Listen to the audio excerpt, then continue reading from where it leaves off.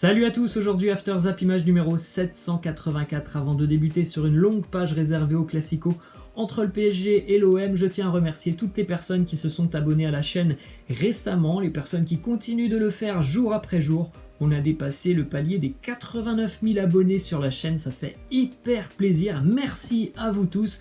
N'hésitez pas, pour ceux qui ne sont pas abonnés, à vous abonner à la chaîne, ça ne coûte rien, vous aurez une petite notification en plus quand une vidéo est publiée sur la chaîne, donc n'hésitez pas. Et évidemment un grand merci à tous ceux qui me soutiennent jour après jour. On va débuter donc avec ce résultat du Classico entre le Paris Saint-Germain et l'Olympique de Marseille. Enfin la victoire pour les Phocéens, 1-0 grâce à un but de Florian Thauvin hier sur un coup de pied arrêté d'ailleurs tiré par Dimitri Payet. Elle fait du bien cette victoire pour les Phocéens, ça fait plaisir vraiment de voir l'OM battre enfin le Paris Saint-Germain après ces années de souffrance. Ça fait 9 ans que l'Olympique de Marseille ne s'était plus imposé face au PSG. La dernière victoire c'était en novembre 2011 et puis les 16 derniers matchs entre le PSG et l'OM en Ligue 1 c'était 3 nuls et 13 défaites pour les Phocéens, donc ça fait vraiment plaisir pour l'OM qui a souffert depuis 10 ans face au Paris Saint-Germain. Évidemment, depuis 10 ans, le PSG est passé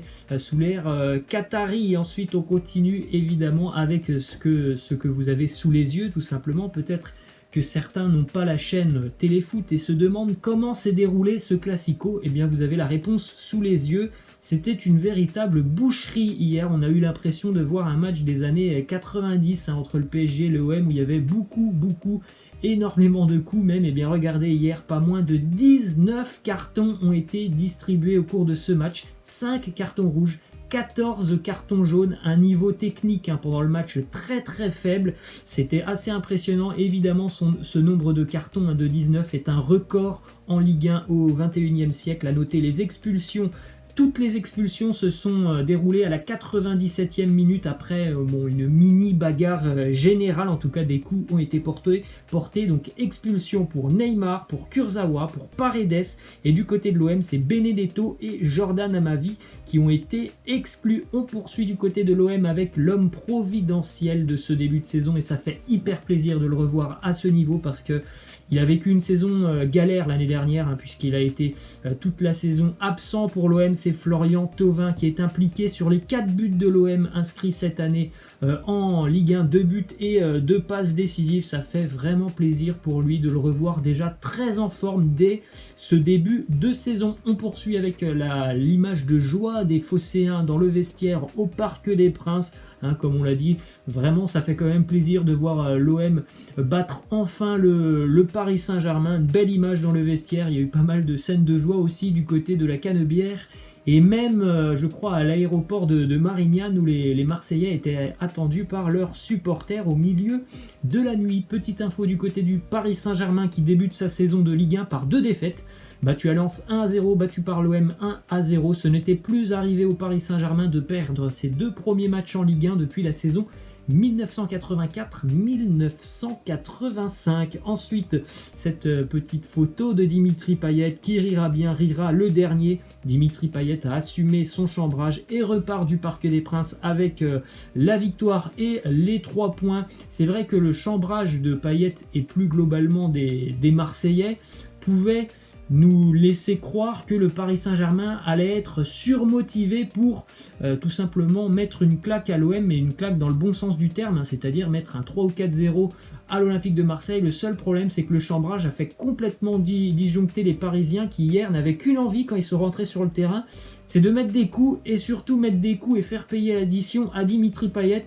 Ils ont vraiment pensé à faire payer à l'OM le chambrage avant de jouer un match de football et c'est bien ça pour le problème du PSG hier, c'est qu'ils voulaient absolument mettre des coups et malheureusement ils en ont perdu le fil du match. Ensuite on a une déclaration de Leonardo, le directeur sportif du PSG, qui nous dit 14 cartons jaunes et 5 rouges, ça veut dire que le match était hors de contrôle. Je ne comprends pas pourquoi tu n'as pas Turpin ou Rudy Buquet. On choisit un arbitre de 34 ans qui n'a pas l'expérience des PSG-OM. Alors déjà, petite aparté, je trouve vraiment qu'il y a autre chose à dire sur le match du PSG que de se concentrer sur l'arbitre. Il est vrai, et ça c'est clair, que l'arbitre a été mauvais, que ce soit pour le PSG ou pour l'OM, mais je pense qu'il y a autre chose à dire. Et en plus de ça, c'est quand même très très compliqué de gérer un match quand vous avez quasiment tous les joueurs sur le terrain qui ne pensent qu'à mettre des coups à leurs adversaires. C'est déjà un exploit que jusqu'à la 95e minute, le match a été à 11 contre 11. Après, hein, vraiment, je trouve vraiment que Leonardo là, se focalise sur l'arbitre. Il y a autre chose à dire sur le niveau du PSG.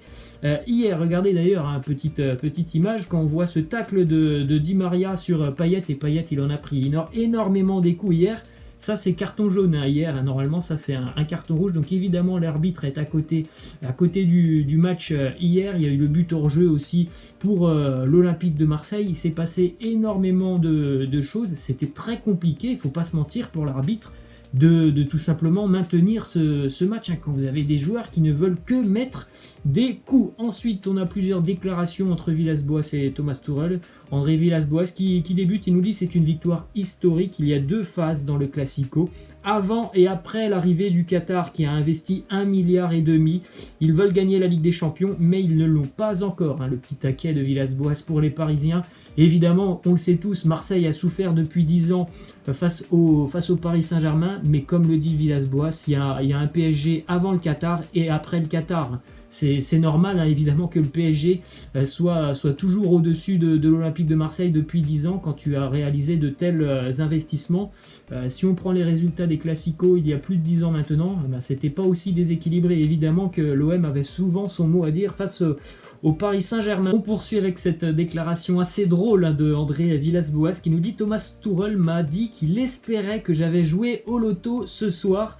Et je lui ai répondu que j'espérais qu'il l'avait fait aussi contre l'Atalanta. » C'est assez marrant cette réponse de André Villas-Boas par rapport à Thomas Tuchel. On va poursuivre justement avec une déclaration de Thomas Tuchel qui s'exprime. C'est sa première déclaration après le match en conférence de presse. Il nous dit « Notre performance a été exceptionnelle. Nous avons fait un grand match avec de la détermination. Je n'aime pas le résultat. Nous avons eu beaucoup de malchance. » Je ne sais pas s'il a vu le même match que nous. Franchement, le match du PSG hier, il est très très moyen.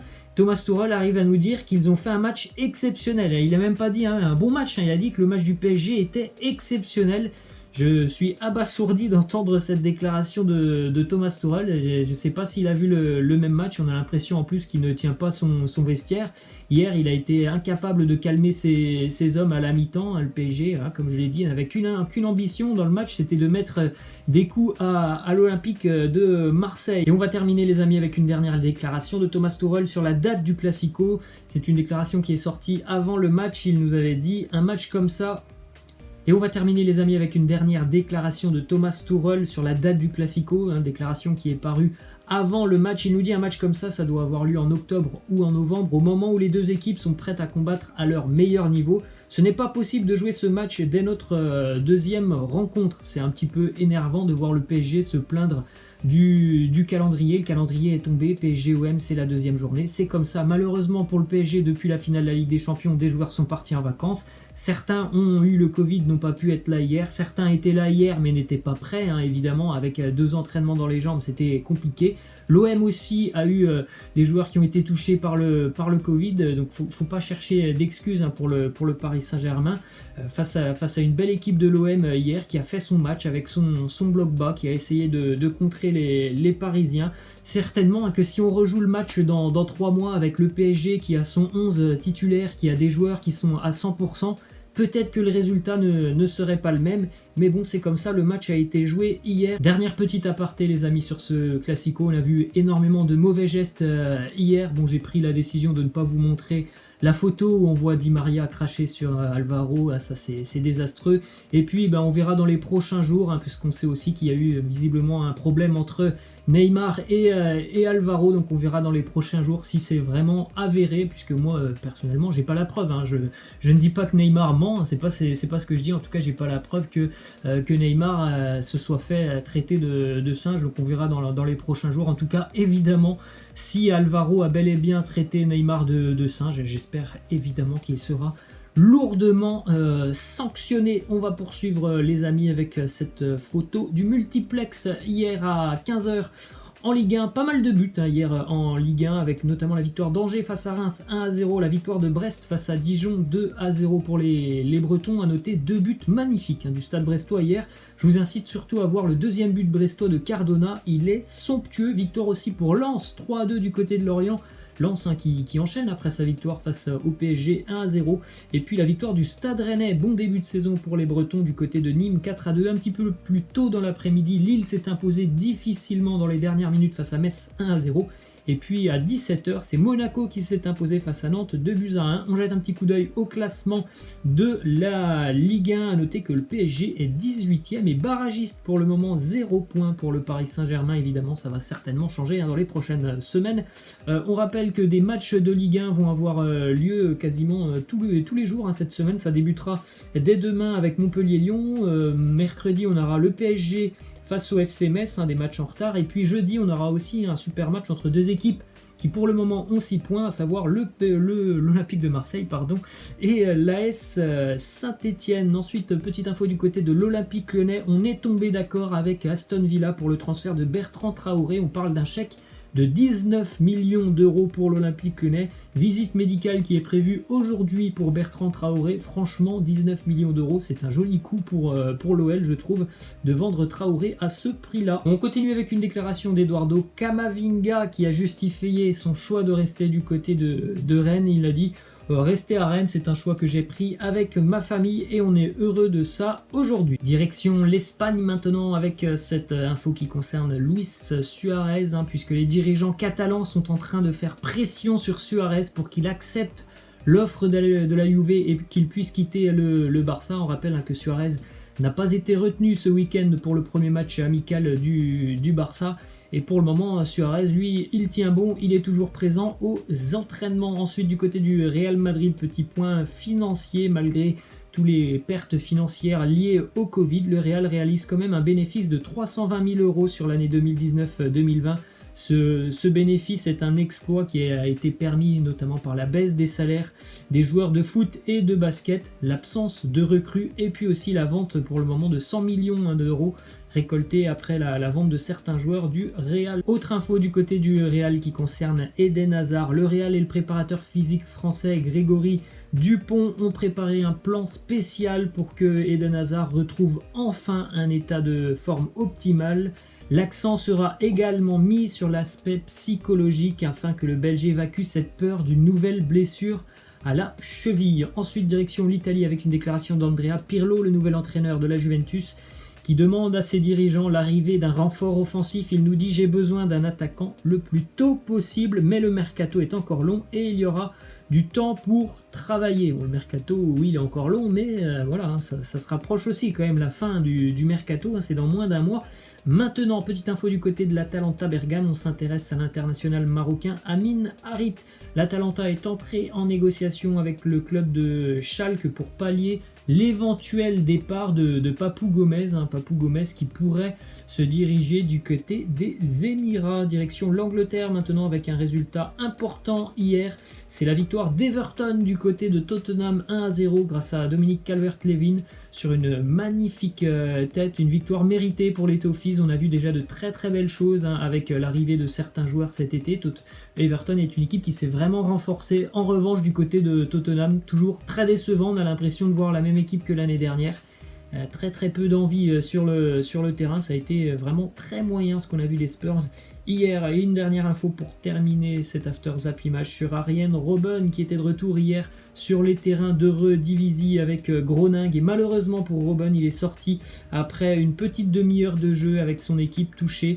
J'espère que c'est pas trop grave au niveau de la blessure pour Arjen Robben. Groningue a été battu 3-1 par le PSV Eindhoven. Voilà les amis, c'est la fin de cet After Zap image. Je vous laisse et je vous dis à la prochaine. Ciao.